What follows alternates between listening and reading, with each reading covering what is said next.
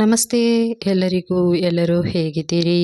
ನನ್ನ miss hobbies YouTube ಚಾನಲ್ಗೆ ಸ್ವಾಗತ. ಎಲ್ಲರಿಗೂ ಒಳ್ಳೊಳ್ಳೆ ರೆಸಿಪಿ ವಿಡಿಯೋಗಳನ್ನು, ಹೆಲ್ದಿ ರೆಸಿಪಿ ವಿಡಿಯೋಗಳನ್ನು ಹಾಕಿದ್ದೀನಿ ನೋಡಿ. ಗಾರ್ಡನಿಂಗ್ ವಿಡಿಯೋಗಳನ್ನು ಹಾಕಿದ್ದೀನಿ, ಸಸ್ಯಗಳ ಬಗ್ಗೆಯೂ ವಿಡಿಯೋ ಹಾಕಿದ್ದೀನಿ. ಇವತ್ತೊಂದು ಸ್ಪೆಷಲ್ ಆಗಿರೋ ಒಂದು ಹೆಲ್ತ್ ಡ್ರಿಂಕು, ಇದರ ವಿಡಿಯೋನ ಹಾಕ್ತಾ ಇದ್ದೀನಿ. ಹಾಗಾಗಿ ನನ್ನ ಚಾನಲನ್ನು ಸಬ್ಸ್ಕ್ರೈಬ್ ಮಾಡ್ಕೊಳ್ಳದೆ ಇಲ್ಲದೆ ಇರೋರು, ಹಾಗೆ ಪಕ್ಕದಲ್ಲೇ ಕಾಣುವ ಬೆಲ್ ಬಟನ್ ಕೂಡ ಒತ್ತಿ ಹಾಲನ್ನು ನೋಟಿಫಿಕೇಷನ್ಗೆ ಕ್ಲಿಕ್ ಮಾಡಿದರೆ ನಾನು ಹಾಕಿರುವಂಥ ಪ್ರತಿಯೊಂದು ವಿಡಿಯೋಗಳ ನೋಟಿಫಿಕೇಷನ್ ನಿಮಗೆ ಸಿಗುತ್ತೆ. ಒಂದು ಜ್ಯೂಸ್ ಮಾಡೋದು ಅಥವಾ ಪಾನೀಯ ಅಂತ ಹೇಳ್ಬೋದು, ಇಲ್ಲ ಗಂಜಿ ಅಂತ ಕೂಡ ಹೇಳ್ಬೋದು. ಇದು ಬಾರ್ಲಿ ತುಂಬಾ ಆರೋಗ್ಯಕ್ಕೆ ಒಳ್ಳೆಯದು. ಇದು ಸಾಮಾನ್ಯವಾಗಿ ಕೆಲವು ಏಜ್ನವರಿಗೆ ಗೊತ್ತಿರುತ್ತೆ, ಅಂದರೆ ಈಗಿನ ಜನ್ರೇಷನವರಿಗೆ ಗೊತ್ತಿರಲ್ಲ. ಇದು ಬಾರ್ಲಿ ಅಂದರೆ ಏನು ಅಂತಲೇ ಗೊತ್ತಿರಲ್ಲ. ಇದರ ಬೆನಿಫಿಟ್ಟು ಅಂದರೆ ಸ್ವಲ್ಪನೇ ಬೆನಿಫಿಟ್ ಇಲ್ಲ, ಇದು ಅಷ್ಟೊಂದು ಬೆನಿಫಿಟ್ ಇರುವಂಥದ್ದು.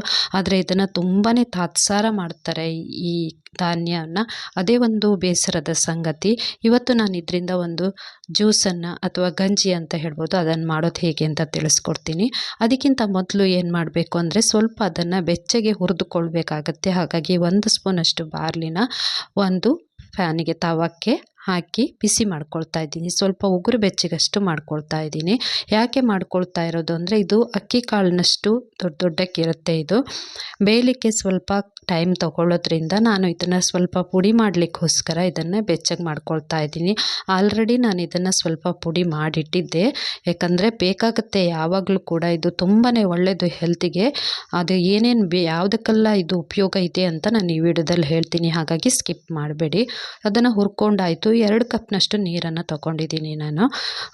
ಈಗ 2 ಕಪ್ ನೀರು ಯಾಕೆ ತಗೊಂಡಿರೋದು ಅಂದರೆ, 2 ಕಪ್ ನೀರನ್ನು ಅದರಲ್ಲಿ ಕುದಿಸಿದ್ರೆ ಇದು 1.5 ಕಪ್ನಷ್ಟಾದರೂ ಆಗಬೇಕು.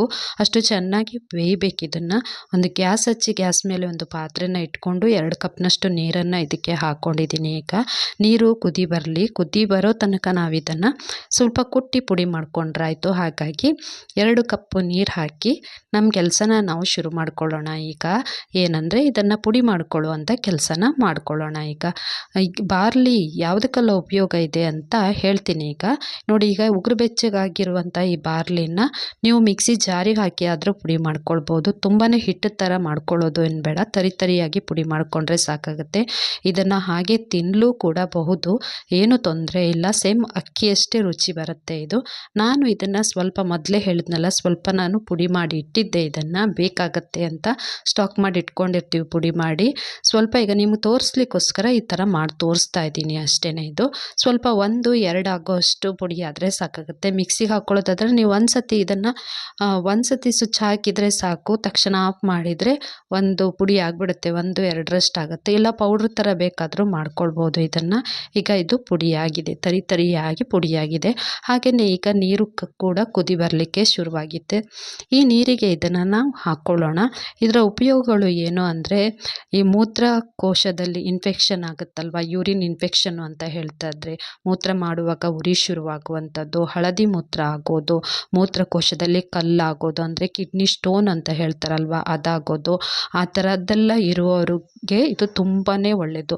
ಪದೇ ಯೂರಿನ್ ಇನ್ಫೆಕ್ಷನ್ ಆಗ್ತಿರುತ್ತಲ್ಲ, ಅವರಿಗಂತೂ ಈ ಜ್ಯೂಸು ತುಂಬಾ ಒಳ್ಳೆಯದು. ನಾನು ಇದಕ್ಕೆ 1 ಸ್ಪೂನಷ್ಟು ಸಕ್ಕರೆ ಹಾಕ್ತಾ ಇದ್ದೀನಿ, ಯಾಕಂದರೆ ಸ್ವಲ್ಪ ಸಪ್ಪೆ ರುಚಿ ಬರೋದ್ರಿಂದ ಇದಕ್ಕೆ ಹಾಕ್ಕೊಳ್ತಾ ಇದ್ದೀನಿ. ಇದು ಸಕ್ಕರೆ ಕಾಯಿಲೆಯವರಿಗೆ ತುಂಬಾ ಒಳ್ಳೆಯದು. ಹಾಗಾಗಿ ಅವರು ಶುಗರನ್ನು ಹಾಕ್ಕೊಳ್ಳೋದು ಬೇಡ. ಬೇಕಿದ್ದರೆ ರುಚಿಗೆ ಸ್ವಲ್ಪ ಬೆಲ್ಲ ಕೂಡ, ಒಂದು ಸಣ್ಣ ಪೀಸ್ನಷ್ಟು ಬೆಲ್ಲ ಹಾಕ್ಕೊಳ್ಬೋದು. 1 ಚಿಟಿಕೆಯಷ್ಟು ಉಪ್ಪನ್ನು ಹಾಕ್ತಿದ್ದೀನಿ, ಅದು ಕೂಡ ರುಚಿಗೆ ಹಾಕ್ತಾ ಇರೋದು ಅಷ್ಟೇ. ನಾನು ಸ್ವಲ್ಪ ಸಕ್ಕರೆ, ಸ್ವಲ್ಪ ಉಪ್ಪು, ಅಂದರೆ 1 ಚಿಟಿಕೆಯಷ್ಟು ಉಪ್ಪು. ಇದು ಒಂದು 10-15 ನಿಮಿಷ ಕುದಿ ಬರ್ತಾನೇ ಇರಬೇಕಾಗತ್ತೆ. ಈಗ ಇದ್ರ ಉಪಯೋಗ ಏನು ಅಂತ ಹೇಳ್ತೀನಿ ನೋಡಿ. ಜೀರ್ಣಕ್ರಿಯೆಗೆ ತುಂಬಾ ಒಳ್ಳೆಯದಿದ್ದು, ಜೀರ್ಣಶಕ್ತಿಗೆ, ಹಾಗೆ ಸಕ್ಕರೆ ಕಾಯಿಲೆ, ಮಧುಮೇಹ ಅಂದರೆ ಶುಗರ್ ಇರ್ತಾರಲ್ಲ ಅವ್ರಿಗೆ ಕೂಡ ತುಂಬಾ ಒಳ್ಳೆಯದು. ತೂಕನ ಕಡಿಮೆ ಮಾಡುವಂತಹ ಗುಣ ಇದಕ್ಕೆ ಇದೆ. ಹಾಗೆ ಇದು ಕೊಲೆಸ್ಟ್ರಾಲನ್ನು ಕೂಡ ಕಡಿಮೆ ಮಾಡುತ್ತೆ. ಅಷ್ಟು ಒಳ್ಳೆ ಗಂಜಿ ಇದು, ಅಂದರೆ ಜ್ಯೂಸ್ ಇದು. ಮತ್ತು ಇನ್ನೊಂದು ಏನು ಗೊತ್ತಾ, ಈಗ ಡಯಟಿಗೋಸ್ಕರ ಏನೇನೋ ಪೌಡರ್ಗಳನ್ನೆಲ್ಲ ತರಿಸ್ಕೊಂಡು ತಿಂತಾರೆ ನೋಡಿ, ಅದಕ್ಕಿಂತ ಬೆಸ್ಟ್ ಐಡಿಯಾ ಒಂದು ಹೇಳ್ಕೊಡ್ತೀನಿ. ಈ ಬಾರ್ಲಿನ ಚೆನ್ನಾಗಿ ಹುರ್ಕೊಂಡು ಪುಡಿ ಮಾಡಿ ಇದನ್ನು ಹಿಟ್ಟನ್ನು ಮಾಡ್ಕೊಳ್ಳಿ.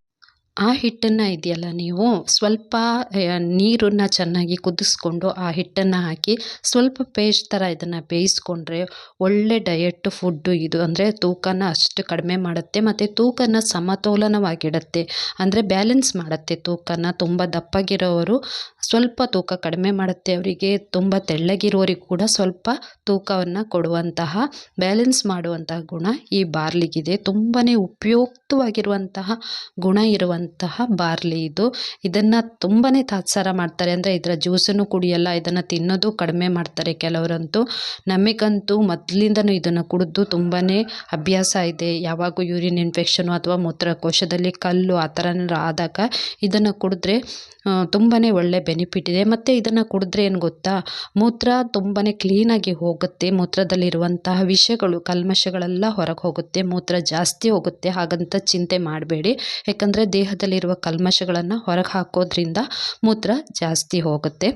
ಈಗ ಒಂದು 10ರಿಂದ 15 ನಿಮಿಷ ಇದನ್ನು ಕುದಿಸ್ಕೊಂಡ್ರೆ ಸಾಕಾಗುತ್ತೆ. ಈಗ ಇದು ರೆಡಿ ಆಗ್ತಾ ಬಂದಿದೆ. ಈಗ